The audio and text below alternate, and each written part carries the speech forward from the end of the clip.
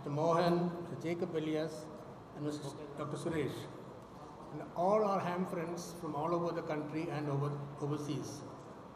As Raja mentioned, I am here because due to Delta Hotel, Devdas has been unable to be present here this morning. He was the president of the organizing committee, but since he is not here, I have been requested to do this. Raja, it's a pleasure to be here today. I don't know, you did say that I was elected chairman of the board in Vietnam, but as per the regulations, the previous directors continue till the 14th day of the next month after the conference, and we take over only on the 15th. So it's actually today morning at 5:30 this morning I've actually assumed the director chairmanship of this board. We have a record number of registrations this year. I've been told that at the moment present is 734. Starting from small beginnings in 1991 in Kuttikalam in Kerala, organized by Om Joseph Mattapalli, due to JIM, it has been held in several cities throughout India and has seen a steady growth over the 20 years. It was last held in Chennai in 2002 with old man M. Saravanan to MSS as chairman. We are indebted to him and the AVM group for letting us use these magnificent facilities for the next 2 days.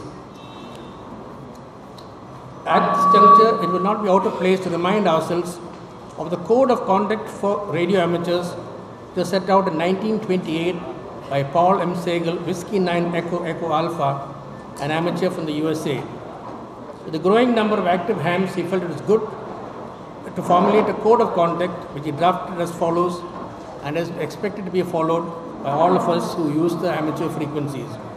He said, a radio amateur is firstly considerate, never knowingly operates in such a way as to lessen the pleasure of others.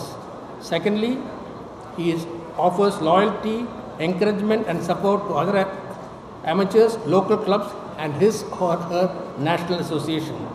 Thirdly, progressive with knowledge abreast of science, a well-built and efficient station and operation above reproach. Friendly, slow and patient operating when requested, friendly advice and counsel to the beginners, kindly assistance, cooperation and consideration for the interest of others. These are the hallmarks of the amateur spirit. He is balanced, radio is an avocation, never interfering with duties owed to family, job, school or community. Lastly and not least, he is patriotic, his station and skills always ready for service to country and community. Hams in India have been at the forefront of emergency communication when natural or man-made disasters threw regular modes of communication into disarray, either due to infrastructure collapse or sheer overloading with everyone trying to talk to everyone else. Indian Ocean tsunami, the Morbi Dam collapse, the Latur earthquake are a few where ham radio communications were the only link between the local area and civil authorities who had to provide relief. We have made several grab kits which are all the material other than the radio which can be used to set up emergency communications without delay in gathering various items. Worldwide, amateur radio is considered the finest and most reliable means of emergency communication, as our radios work on 12-volt DC supply and can be operated without mains power using car batteries. Why do so many leave their homes and travel long distance to attend a Hamfest? To explain this, I would like to give a slightly funny story which somebody may have heard. A mother took her son to a doctor saying she's very worried that the child does not play with others, doesn't watch TV, and wanted to know what is wrong with him. The doctor examined and came back and said, she said, "Doctor, will my son ever be normal?" He said, no, doctor, I'm worried he's not going to be normal because he's going to be a radio amateur. This shows that hams have a certain bent of mind to be good hams.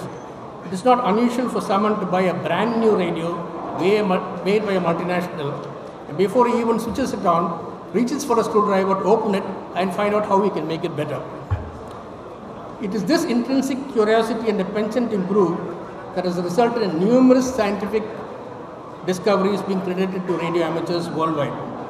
Almost every branch of science uses technology developed by hams. Every space station or